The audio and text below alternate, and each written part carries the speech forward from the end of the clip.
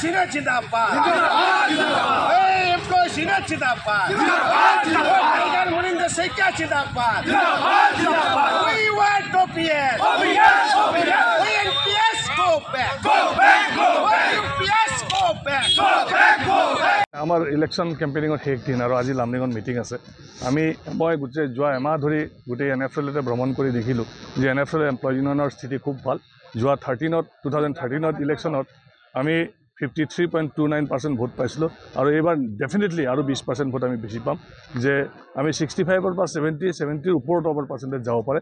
যে আমি নিশ্চিত যে এইবাৰ কোনো সংগঠন বেলেগ কোনো ফেডাৰেশ্যন ইয়াত নাথাকে। NFL এমপ্লয়ী ইউনিয়নৰ প্ৰতি সকলো ৰেল কৰ্মচাৰীয়ে মানে ভোট দিব বুলি মই নিশ্চিত হৈছোঁ।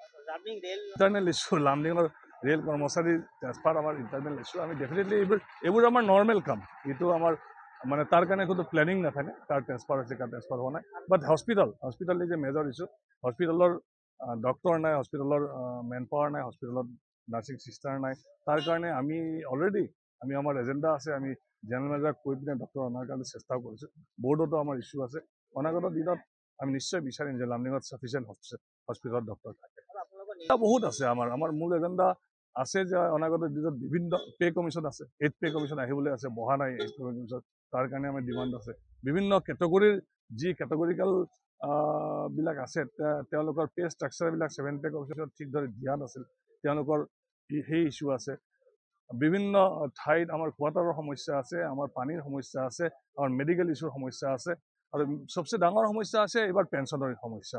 কি আমি নিউ জেনেৰেশ্যন প্ৰায় 70% ইয়াত নিউ জেনেৰেশ্যন আছে, যিয়ে নেকি 2004-ৰ পিছত চাকৰি হৈছে তেওঁলোকৰ। গতিকে তেওঁলোকৰ পেঞ্চনৰ ইছ্যুটো এটা ডাঙৰ ইছ্যু, কাৰণ পেঞ্চন এটা পেঞ্চন যে অনাগত দিনত আফটাৰ ৰিটায়াৰমেণ্ট পেঞ্চন এটা ছ'চিয়েল ছিকিউৰিটিৰ বস্তু। গতিকে পেঞ্চনটো লাগিবই। গতিকে চৰকাৰে যি এতিয়া NPS চেঞ্জ কৰি পিনে UPS নতুন পেঞ্চন নীতি ঘোষণা কৰিছে, এইটো লৈ পিনে কণ্ট্ৰভাৰ্চি হৈছে। বিভিন্ন সংগঠনে, বিভিন্ন ফেডাৰেশ্যনে UPS ছাপোৰ্ট কৰি বিভিন্ন ঠাইত তেওঁলোকে মিছিল উলিয়াইছে, বিভিন্ন ঠাইত তেওঁলোকে চৰকাৰক ছাপোৰ্ট কৰি তেওঁলোকে মিডিয়াত ভাষণ দিছে, বাইট দিছে। কিন্তু আমাৰ স্থিতি যে আমি ৰেলৱে কৰ্মচাৰীৰ প্ৰত্যেকজন ৰেল কৰ্মচাৰীয়ে যেতিয়ালৈকে OPS নাপায় তেতিয়ালৈকে আমাৰ সংগ্ৰাম চলিব। আমি UPS লৈ ছেটিছফাইড নহয়। আৰু অনাগত এইবাৰৰ ইলেকশ্যন OPS দিয়াক লৈ, OPSৰ কাৰণে যিয়ে যুদ্ধ কৰিছে, সেই যুদ্ধ কৰিছে বা যুদ্ধ কৰিবলৈ মানে প্লেনিং কৰিছে, সেইবিলাক সংগঠনকে বা সেইটো সংগঠনকে ভোট দিয়াৰ কাৰণে ৰেল কৰ্মচাৰীয়ে মনস্থ কৰিছে। আৰু তাৰ ৰিজাল্ট আমি 12 ডিচেম্বৰত পাম। ডিসেম্বর 4, 5, 6 তারিখে ট্রেড ইউনিয়ন ইলেকশন আছে, সবাই জানে অল ওভার ইন্ডিয়াতে। NFL এমপ্লয়িজ ইউনিয়নের একটাই ইস্যু, একটাই মুদ্রা, সমস্ত রেল কর্মচারীকে ওল্ড পেনশনের সুবিধা করিয়ে দেওয়া, আর যে 10% টাকা কাটছে প্রতি মাসে সেটাকে পুনরায় সমস্ত টাকাগুলো ঘুরিয়ে দেওয়া। বাকি সংগঠনরা সেই বিষয়ে নেই, আমরা বলতেও যাই না। এবং যেটা হচ্ছে সর্বভারতীয় সমস্যা, সর্বভারতীয় কর্মচারীর সমস্যা, যে টাকা আমি সরকারকে রাখতে দিয়েছি, সরকার সেই টাকা নিজের পকেটে রেখে বলছে এই টাকা পাবে না, সেটা আমরা ঘুরিয়ে আনার জন্য ফাইট করছি, 20 বছর ধরে করছি।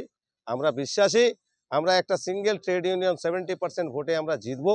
রেল কর্মচারী ভোট দিবে, স্বতঃস্ফূর্তভাবে বেরিয়ে এসছে। আমরা ভোট জিতে 12 তারিখের রেজাল্ট নিয়ে কর্মচারীর যে ডিমান্ড, যে আমাদের পেনশন, পুরানা পেনশন সাথে 10% টাকা সম্পূর্ণরূপে রিটায়ারমেন্টের সময় ঘুরিয়ে দেওয়া, তা আমরা করেই ছাড়বো। এটাই আমাদের ইস্যু, এটার উপরে আমরা বিজয় ঘোষণা।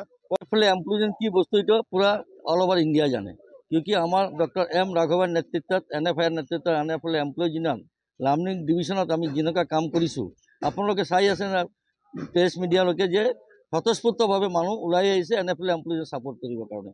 11 বছৰ বাদ এতিয়া এদিনৰ ইলেকশ্যন হৈ আছে। আগত ইলেকশ্যন আমি বিপুল ভোটত পাইছোঁ। আমি এইটো কাম কৰিছোঁ। যিটো লোক ৰানিং কৰা পাৰ্চনেল মানুহ লামডিং ডিভিজনত বিশেষকৈ আমি লামডিঙৰ পৰা ডাইৰেক্ট হায়াৰলৈকে টাই আপ কৰিছোঁ। আমি আল্ট্ৰা কেয়াৰ লেবেলৰ লগত টাই আপ কৰিছোঁ। বেলেগ সংগঠন এইবিলাক কৰা নাই। লোক ৰানিঙৰ প্ৰমোশ্যন ব্লক পাৰ্চনেল মঞ্চৰ ষ্টাফ নাছিলে, এইটোৰ কাৰণে আমি ফাইট কৰিছোঁ। আজি তাৰ সুফল আপোনালোকে চাই আছে। কাৰণ মেইন মুদ্দা হ'ল NPS টু OPS। বেলেগ সংগঠনে কি কৰি আছে, সিহঁতে কৈ আছে যে আমি UPS জাগায় জাগায় কৈ আছে UPS बहुत ভাল বস্তু। এইটো তো একটা জহरा है। UPS NPS भी जहरा है, और इसमें आपका कोई सुविधा नहीं है। क्यों? आप लोग को मालूम है, देखिएगा UPS में एक आदमी जब UPS होगा उसको क्या होगा, उसको जो आपका फैमिली का कुछ बीमार है, कोई एक पैसा भी नहीं मिलेगा। मेरा 10% पैसा हर साल काट रहा है, हर महीना काट रहा है। आप तो रिटायरमेंट एक ट्रीटमेंट का 1.5 से 2 करोड़ रुपया रिटायर होने के बाद क्या मिलेगा? कुछ नहीं मिलेगा। यह क्या 50% गारंटेड पेंशन 1 साल का, 1 साल का बेसिक का डीए मिलके जो मिलेगा वो, और उसका जो 10% पैसा काट रहा है वो पैसा कहाँ जाए, उसका कोई जवाब नहीं है। लेकिन आधार संगठन जगह जगह में बोल रहा है यूपीएस अच्छा चीज़ है, कि तो वो क्यों नहीं ले रहा है? उसका जो लीडर है उन्होंने तो ओपीएस का है, वो क्यों नहीं एनपीएस ले रहा है, क्यों नहीं यूपीएस ले रहा है? तो इसीलिए हम लोगों ने इस बार जो ट्रेड यूनियन इलेक्शन 4-5 है, हम लोग विपुल वोट में जयी करेगा। और ये हम लोग आपकी मांग है, जीतेगा तो एनएफएल एम्प्लॉय यूनियन, इस पर कोई दो राय नहीं है। लेकिन हम लोग ने चाहता हूँ सिंगल यूनियन, और सिंगल यूनियन के हम लोग जल्दी से जल्दी ओपीएस लेके आएगा। যিকোনো খবৰৰ বাবে যোগাযোগ কৰক 7099017330 অথবা 70990173